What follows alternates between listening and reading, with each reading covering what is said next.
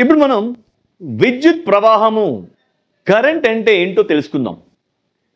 So ఒక బిందువు వద్ద ఉన్నటువంటి విద్యుదావేశాలు మరొక బిందువుని చేరినప్పుడు ఆ రెండు బిందువుల మధ్య విద్యుత్ ప్రవహిస్తుంది, కరెంటు ప్రవహిస్తుంది అని మనం మాట్లాడుకుంటాం. మరి ఒక బిందువు వద్ద ఉన్నటువంటి విద్యుదావేశాలు రెండో బిందువు చేరాలంటే ఆ రెండు బిందువుల మధ్య ఖచ్చితంగా ఎంతో కొంత పొటెన్షియల్ భేదం ఉండి తీరాలి. అంటే ఒక బిందువు వద్ద ఉన్న విద్యుదావేశాలను రెండో బిందువుకు తరలించాలి అంటే మనం ఆ రెండు బిందువుల మధ్య కొంత వోల్టేజ్ని ఏర్పరచాల్సి ఉంటుంది, కొంత పొటెన్షియల్ భేదాన్ని కలగజేయాల్సి ఉంటుంది. చూడండి, సో ముందుగా మనం పొటెన్షియల్ భేదం కలగజేయక ముందు నేను ఒక కండక్టర్ తీసుకుంటున్నా. పొటెన్షియల్ భేదం కలగజేయక ముందు కండక్టర్లో మరి ఎలక్ట్రాన్ యొక్క పరిస్థితి ఎలా ఉంటుంది చూడండి. నేను ఒక రాగి తీగని తీసుకున్నాను, ఒక వాహకం, ఒక కండక్టర్. ఇది ఒక కండక్టర్. సో లోహాలు, అల్యూమినియము, మరి కాపర్, గోల్డ్, సిల్వర్ ఇవన్నీ కూడా మంచి లోహాలు, మంచి వాహకాలు కూడా. అంటే ఏవైతే పదార్థాలు తమ గుండా మరి కరెంటుని ప్రవహింపనిస్తాయో వాటినే మనం వాహకాలు అంటున్నాం, కండక్టర్స్ అంటున్నాం. సో నేను ఒక కండక్టర్ తీసుకున్నా, కండక్టర్. సో ఒక రాగి తీగ అనుకుందాం. చూడండి, మెటల్స్ అంటే జనరల్గా లోహాలను కనుక మనం తీసుకున్నట్లయితే లోహాలు మంచి విద్యుత్ వాహకాలు. లోహాలు కండక్ట్ చేయడానికి ప్రధాన కారణం ఏంటంటే వాటిలో స్వేచ్ఛ ఎలక్ట్రాన్లు అంటే ఫ్రీ ఎలక్ట్రాన్స్ అనేవి చాలా అత్యధిక సంఖ్యలో ఉంటాయి. ఒక మాటలో మనం చెప్పుకోవాలంటే ఏదైనా ఒక పదార్థం గుండా కరెంటు ప్రవహించాలి అంటే దానిలో స్వేచ్ఛ ఎలక్ట్రాన్ సాంద్రత అనేది చాలా అత్యధికంగా ఉండాలి. ఫర్ ఎగ్జాంపుల్, నేను ఒక రాగి తీగ తీసుకున్నట్లయితే రాగి తీగ గుండా కరెంటు ప్రవహిస్తుంది, ప్లాస్టిక్ వైర్ గుండా కరెంటు ప్రవహించదు. దానికి సింపుల్గా ఒక మాటలో మనం చెప్పుకోవాలంటే రాగి తీగలో స్వేచ్ఛ ఎలక్ట్రాన్లు అనేవి అత్యధిక సంఖ్యలో ఉంటాయి, స్వేచ్ఛ ఎలక్ట్రాన్ సాంద్రత అత్యధికంగా ఉంటుంది. మరి ప్లాస్టిక్ వైర్లో స్వేచ్ఛ ఎలక్ట్రాన్లు అనేవి చాలా స్వల్పంగా ఉంటాయి. అంత తక్కువ సంఖ్యలో ఉన్న స్వేచ్ఛ ఎలక్ట్రాన్ల వల్ల మరి కండక్షన్ అనేది జరగదు. సో కానీ మనం లోహాలైనటువంటి రాగి కావచ్చు, అల్యూమినియం కావచ్చు, గోల్డ్ కావచ్చు, సిల్వర్ కావచ్చు, వీటిలో అత్యధిక సంఖ్యలో స్వేచ్ఛ ఎలక్ట్రాన్లు ఉంటాయి. స్వేచ్ఛ ఎలక్ట్రాన్లు అంటున్నామంటేనే అవి ఒక బిందువు నుంచి మరొక బిందువుకి వాటంతటవే కదలగలిగినటువంటి ఎలక్ట్రాన్లు. సో మనం ఎటువంటి పొటెన్షియల్ భేదం కలగజేయక ముందు ఈ లోహంలో అంటే ఒక కండక్టర్లో ఉండే ఎలక్ట్రాన్ల పరిస్థితి ఎలా ఉంటే అన్ని ఎలక్ట్రాన్లు కూడా మరి మోషన్లో, చలనములో ఉంటాయి. అన్ని ఎలక్ట్రాన్లు కూడా మరి చలిస్తూ ఉన్నాయి, కదులుతూ ఉన్నాయి. కాకపోతే వాటి యొక్క గమనం కనుక మనం చూసినట్లయితే వాటి యొక్క ఈ ఎలక్ట్రాన్ల యొక్క చూడండి, ఈ ఎలక్ట్రాన్ల యొక్క మోషన్ అనేది ఎలా ఉందంటే అస్తవ్యస్తంగా ఉంది. అంటే ఏమైంది, ఇది ఏదైతే ఉందో ఇది ఎలక్ట్రాన్. ఇక్కడ చూసినట్లయితే ఎలక్ట్రాన్ల యొక్క చలనము అస్తవ్యస్తంగా ఉంది, యాదృచ్ఛికంగా ఉంది. యాదృచ్ఛికంగా ఉండడం అంటే అస్తవ్యస్తంగా ఉంది. ఇక్కడ ఎలా పడితే అలా యాదృచ్ఛికంగా అంటే అస్తవ్యస్తంగా ఉంది, అస్తవ్యస్తంగా ఉన్నది. సో కాబట్టి దీని గుండా ప్రవహించే ఎటువంటి విద్యుత్ ప్రవహించదు. దీని గుండా ప్రవహించే విద్యుత్ ప్రవాహం 0. అంటే అన్ని ఎలక్ట్రాన్లు చలనంలో ఉన్నప్పటికీ కూడా ఎటువంటి విద్యుత్ ప్రవహించడం లేదు. దానికి కారణము మరి వేరు ఎలక్ట్రాన్లు వేరు దిశల్లో ప్రయాణిస్తున్నాయి. ఏదైనా ఒక ప్రమాణ వైశాల్యం కనుక తీసుకుంటే ఆ ప్రమాణ వైశాల్యముని దాటుతున్నటువంటి స్థూల విద్యుదావేశం 0 అవుతుంది. కాబట్టి దీని గుండా కరెంట్ ప్రవహించదు. అంటే మనం ఒక కండక్టర్ గుండా కరెంటుని ప్రవహింపజేయాలి అంటే, ఒక వాహకం గుండా కరెంటుని మనం పొందాలి అంటే ఆ వాహకం యొక్క రెండు బిందువుల మధ్య, రెండు కొనల మధ్య కొంత పొటెన్షియల్ భేదాన్ని చేయాల్సి ఉంటుంది. ఒకవేళ మనం ఎటువంటి వోల్టేజ్ అప్లై చేయకపోతే, ఎటువంటి పొటెన్షియల్ భేదాన్ని కలగజేయకపోతే ఎలక్ట్రాన్లు అయితే చలనంలో ఉంటాయి, కానీ వాటి యొక్క గమనం అనేది ఎటువంటి కరెంటుని ప్రొడ్యూస్ చేయలేదు. కారణం ఈ విధంగా అస్తవ్యస్తంగా ఎలక్ట్రాన్లు మూవ్ అవడం వల్ల. ఒకవేళ మనం పొటెన్షియల్ భేదాన్ని కలగజేసామంటే చూడండి, పొటెన్షియల్ భేదాన్ని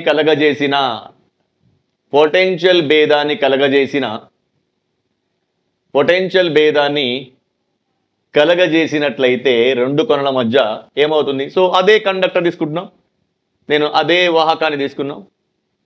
ఇది కొన ఏ అనుకుందాం, ఇది ఎండ్ ఏ, ఇది ఎండ్ బి. కొన ఏ, కొన బి. ఇప్పుడు ఈ రెండు కొనల మధ్య నేను ఏం చేశానంటే ఈ రెండు కొనల మధ్య కొంత పొటెన్షియల్ భేదాన్ని కలగజేస్తున్నాం. కొంత పొటెన్షియల్ భేదాన్ని, ఆ పొటెన్షియల్ భేదం అంతా V వోల్టులు, కొంత పొటెన్షియల్ భేదాన్ని కలగజేయడమైనది. పొటెన్షియల్ భేదాన్ని కలగజేయడమైంది. ఒకవేళ ఇది హై పొటెన్షియల్ అధిక పొటెన్షియల్ టెర్మినల్, ఇది అల్ప పొటెన్షియల్ టెర్మినల్ అనుకున్నట్లయితే ఎప్పుడైతే మనం పొటెన్షియల్ భేదాన్ని కలగజేస్తామో ఎలక్ట్రాన్లు అన్నీ కూడా ఈ అల్ప పొటెన్షియల్ టెర్మినల్ నుండి వికర్షించబడి ఈ అల్ప పొటెన్షియల్ టెర్మినల్ నుంచి దూరంగా జరుగుతాయి. కాకపోతే ఎప్పుడైతే పొటెన్షియల్ భేదాన్ని మనం కలగజేస్తామో ఇంతకుముందు అస్తవ్యస్తంగా ప్రయాణించినటువంటి ఎలక్ట్రాన్లు వాహకం యొక్క అంతర్గత ప్రదేశంలో అంతర్గత రీజియన్ గుండా ఏవైతే ఎలక్ట్రాన్లు ర్యాండమ్గా ఇష్టం వచ్చినట్లు మరి వేరు దిశల్లో ప్రయాణించావు అవన్నీ కూడా ఇప్పుడు ఒకే దిశకు సర్దుకుంటున్నాయి. సో ఎలక్ట్రాన్లు అన్నీ కూడా ఒకే దిశలో తమను తాము సర్దుకుంటాయి. ఈ విధంగా ఎప్పుడైతే ఎలక్ట్రాన్లు అన్నీ కూడా ఒకే దిశలో మరి ప్రయాణిస్తాయో ఆ ప్రయాణించినప్పుడు మనకి విద్యుత్ ప్రవాహం అనేది కలుగుతుంది. అసలు విద్యుత్ ప్రవాహం అంటే ఏంటి? ఇక్కడ మనం ఏదైనా ఒక ప్రమాణ విద్యుత్ చూడండి, ఈ కేసులో ఒక ప్రమాణ వైశాల్యం కనుక మనం తీసుకున్నట్లయితే ఈ ప్రమాణ వైశాల్యంని దాటుతున్న విద్యుదావేశం 0. ఎందుకంటే ఏదన్నా ఒక ఎలక్ట్రాన్ ఈ దిశలో ప్రయాణిస్తుంది అనుకుంటే ఖచ్చితంగా అక్కడ ఆ ఎలక్ట్రాన్కి వ్యతిరేక దిశలో ప్రయాణించే మరొక ఎలక్ట్రాన్ ఉండి తీరుతుంది. అప్పుడు ఈ ఎలక్ట్రాన్ క్యారీ చేసే ఆవేశము ఈ ఎలక్ట్రాన్ క్యారీ చేసే ఆవేశము రెండు కూడా క్యాన్సిల్ అయిపోతాయి. మరొక ఎలక్ట్రాన్ ఈ విధంగా ప్రయాణిస్తుందంటే దానికి వ్యతిరేక దిశలో ఉన్న మరొక ఎలక్ట్రాన్ ఉంటుంది. అప్పుడు దీని ఆవేశము క్యాన్సిల్ అవుతుంది. కాబట్టి నెట్ ఛార్జ్ ఎప్పుడు కూడా 0 ఉంటుంది. కాబట్టి కరెంట్ అనేది ఉండదు. ఇకపోతే ఇక్కడ మాత్రం ఏంటంటే ఏదన్నా ఒక చూడండి, ఇక్కడ నేను ఒక అదే ప్రమాణ విద్యుదావేశం ప్రమాణ వైశాల్యం కనుక మనం తీసుకున్నట్టే ఇప్పుడు అన్ని ఎలక్ట్రాన్లు ఒకే దిశలో ఉండటం వల్ల కొంత విద్యుదావేశం అనేది మనకు ఉంటుంది. పరిమిత విద్యుదావేశం అనేది ఈ ప్రమాణ వైశాల్యం దాటుతుంది. మరి ప్రమాణ కాలంలో ప్రమాణ మధ్యఛేద వైశాల్యాన్ని దాటుతున్నటువంటి ఆ విద్యుత్ ఆవేశమునే మనం ఏమంటాం అంటే విద్యుత్ ప్రవాహము అంటాం. అంటే కరెక్ట్గా మనం విద్యుత్ ప్రవాహాన్ని కరెంటు నిర్వచించుకోవాలంటే ఒక వాహకం యొక్క ప్రమాణ మధ్యఛేద వైశాల్యం గుండా యూనిట్ ఏరియా కనుక మనం తీసుకున్నట్లయితే ఆ ప్రమాణ మధ్యఛేద వైశాల్యం గుండా ప్రమాణ కాలంలో ప్రవహించే విద్యుదావేశమునే విద్యుత్ ప్రవాహము అని అంటారు. ఇది యాక్చువల్ డెఫినేషన్ యాక్చువల్గా. సో తర్వాత మనం విద్యుదావేశం ప్రవహించే రేటునే మనం కరెంటు అని కూడా నిర్వచించుకోవచ్చు. చాలా సింపుల్ వేలో అది. కానీ యాక్చువల్ డెఫినేషన్ కనుక మనం తీసుకున్నట్లయితే మళ్ళొకసారి రిపీట్ చేస్తున్నా చూడండి. ఏదైనా ఒక వాహకం యొక్క ప్రమాణ మధ్యఛేద వైశాల్యం గుండా ప్రమాణ కాలంలో ప్రవహించే విద్యుదావేశమునే విద్యుత్ ప్రవాహము కరెంట్ అంటాం. అంటే కరెంట్ అంటే ఏంటో కాదు, కరెంట్ అంటే ఎలక్ట్రికల్ ఛార్జే. కాబట్టి ఎప్పుడు ఒక యూనిట్ ఏరియా ఉన్నటువంటి కండక్టర్ తీసుకుంటే యూనిట్ టైంలో అంటే ప్రమాణ మధ్యఛేద వైశాల్యం గుండా ప్రమాణ కాలంలో ప్రవహించే విద్యుదావేశాన్ని విద్యుత్ ప్రవాహంగా తీసుకుంటున్నాము. చూడండి, సో ముందుగా మనం ఈ విద్యుత్ ప్రవాహం యొక్క నిర్వచనం తీసుకుందాం. సో కరెంట్ యొక్క నిర్వచనం కనుక తీసుకున్నట్లయితే సో ఇప్పుడే చెప్పిన విధంగా స్టేట్మెంట్ చెప్పండి. ఒక వాహకం యొక్క ప్రమాణ మధ్యఛేద వైశాల్యం గుండా ప్రమాణ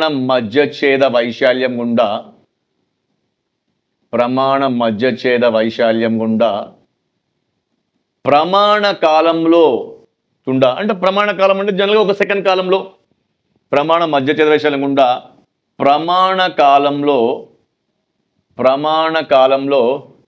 ప్రవహించే విద్యుదావేశమునే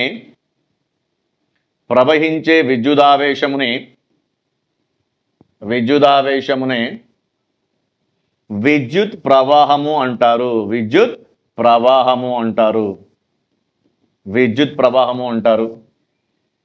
సో విద్యుత్ ప్రవాహాన్ని జనరల్గా మనం ఏంటి ఇంగ్లీష్లో కరెంట్ అంటున్నాం. కరెంట్ విద్యుత్ ప్రవాహం, రైట్. లేదా సింపుల్గా చెప్పాలంటే ఇంకొక నిర్వచనం చూసినట్టయితే మనకి అంటే ఒక ఇవ్వబడిన టైంలో ఎంత విద్యుదావేశము ఎంత ఎలక్ట్రికల్ ఛార్జ్ అనేది కండక్టర్ గుండా ప్రవహిస్తుంది, దాన్నే కరెంట్ అంటాం. అంటే విద్యుదావేశము ప్రవహించే రేటునే కరెంట్ అంటారు. చూడండి, విద్యుదావేశం ప్రవహించే రేటునే విద్యుదావేశము ప్రవహించే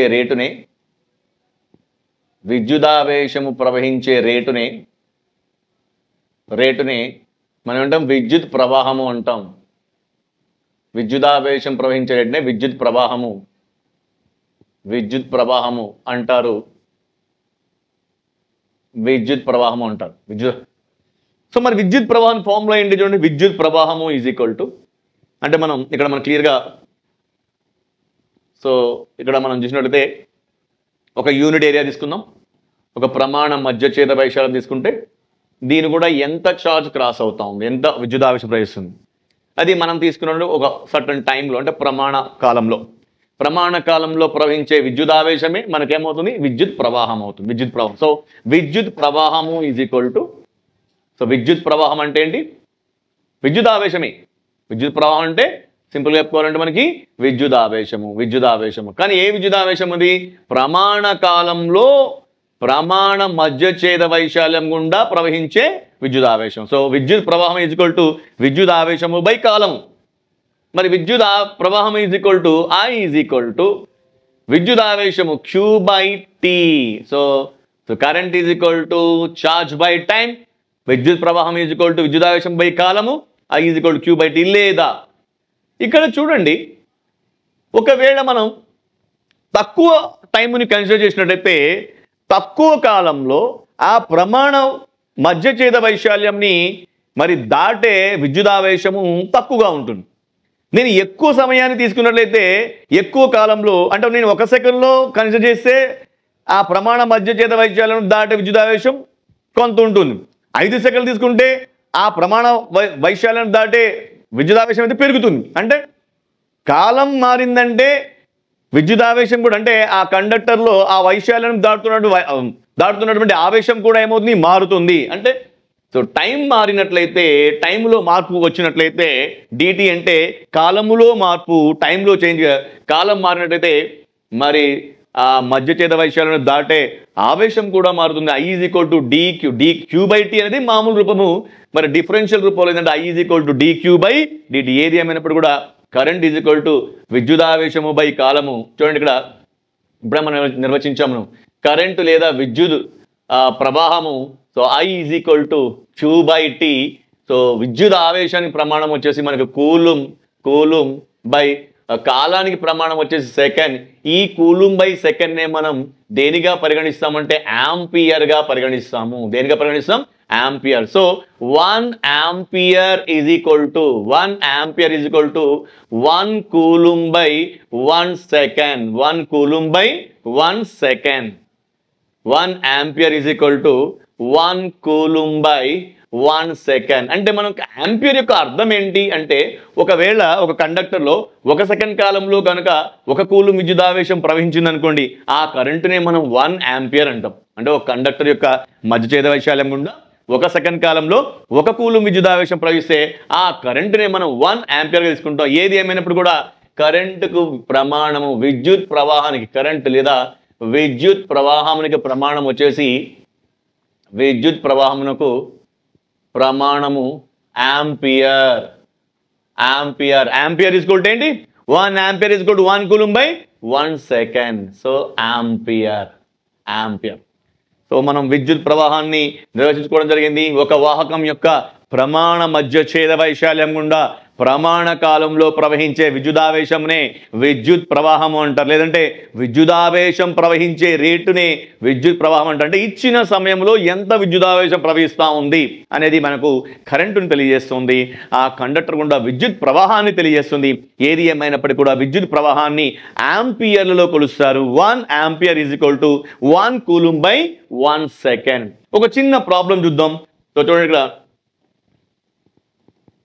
సో I ఈజ్ చూడండి, ఇక్కడ దీని గురించి చూస్తే మనకు వచ్చే రిలేషన్స్ ఏంటి, I is equal to Q by T. అంటే కరెంటు ప్రమాణం వచ్చేది I is equal to Q by T. లేదా మనకి దీని నుంచి విద్యుదావేశం Q ఈజ్ ఈక్వల్ టు ఏంటి, Tని కనుక మనం ఎడమ వైపు షిఫ్ట్ చేసినట్టే Q is equal to I into T. మూడోది కాలము T ఈజ్ ఈక్వల్ టు ఏంటంటే Q బై I. అంతే కదా, T is equal to Q by I. So మొత్తానికి ఇక్కడ మనకి 3 రిలేషన్షిప్ రావడం జరిగింది. I is equal to Q by T, లేదా Q is equal to IT, అలా T is equal to Q by I. T అంటే కరెంటు ప్రవహించిన కాలము, ఆవేశం ప్రవహించిన కాలం ఈజ్ ఈక్వల్ టు ఆవేశము బై కరెంట్, ఆవేశం by current. So I is equal to Q by T, Q is equal to IT and T is equal to Q by I. చూడండి, 2 milli ఆంపియర్ల కరెంటు, లేదంటే చూడండి మనకు కరెంటు మీద ఒక చిన్న ప్రాబ్లం చేద్దాం. చూడండి, 20 మిల్లీ కూలుంల విద్యుదావేశము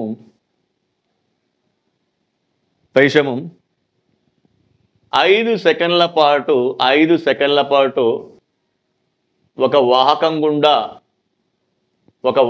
గుండా ప్రవహించిన విద్యుత్ ప్రవాహం ఎంత లేదా కరెంట్ ఎంత అంటే మనం ఏం చేస్తాం చూడండి, కరెంట్ ఎంత. It's a direct question, direct substitution క్లియర్గా ఇవ్వడం జరిగింది. 20 మిల్లీ కూలుమ్స్ అంటే ప్రవహించిన విద్యుదావేశం Q = 20 మిల్లీ కూలుమ్స్. సో మనం ఎప్పుడు కూడా ప్రమాణాలని మిల్లీలో మైక్రోలో ఉంచాం కాబట్టి స్టాండర్డ్ ఇంటర్నేషనల్ మార్చుకుంటే 20 మిల్లీ ఎంత, మిల్లీ యొక్క విలువ 10⁻³ into coulombs. So 20 into 10⁻³ coulombs, 20 into 10⁻³ coulombs. ఇకపోతే కరెంటు ఆవేశం ప్రవహించిన కాలం ఇది 5 సెకండ్స్. మనకు కావాల్సింది కరెంట్ కావాలి అంటే I కావాలి. సో డైరెక్ట్గా కరెంట్ I = ఆవేశం ఉభయకాలము Q/T. Q వచ్చేసి 20 ఇంటూ 10⁻³ T ఎంతమ్మ 5 1 జా 5 4 జా అంటే కరెంట్ వచ్చేసి మరి ప్రమాణాన్ని 4 ఇంటూ 10⁻³ యాంపియర్స్. సో సింపుల్గా యాంపియర్ మనం క్యాపిటల్ ఏదో చూసాం, ఏ అంటే యాంపియర్ ఇక్కడ. సో 4 ఇంటూ 10⁻³ యాంపియర్ లేదా 4 ఈ 10⁻³ యాంపియర్ ఏం రాసుకోవచ్చు, మిల్లీ యాంపియర్.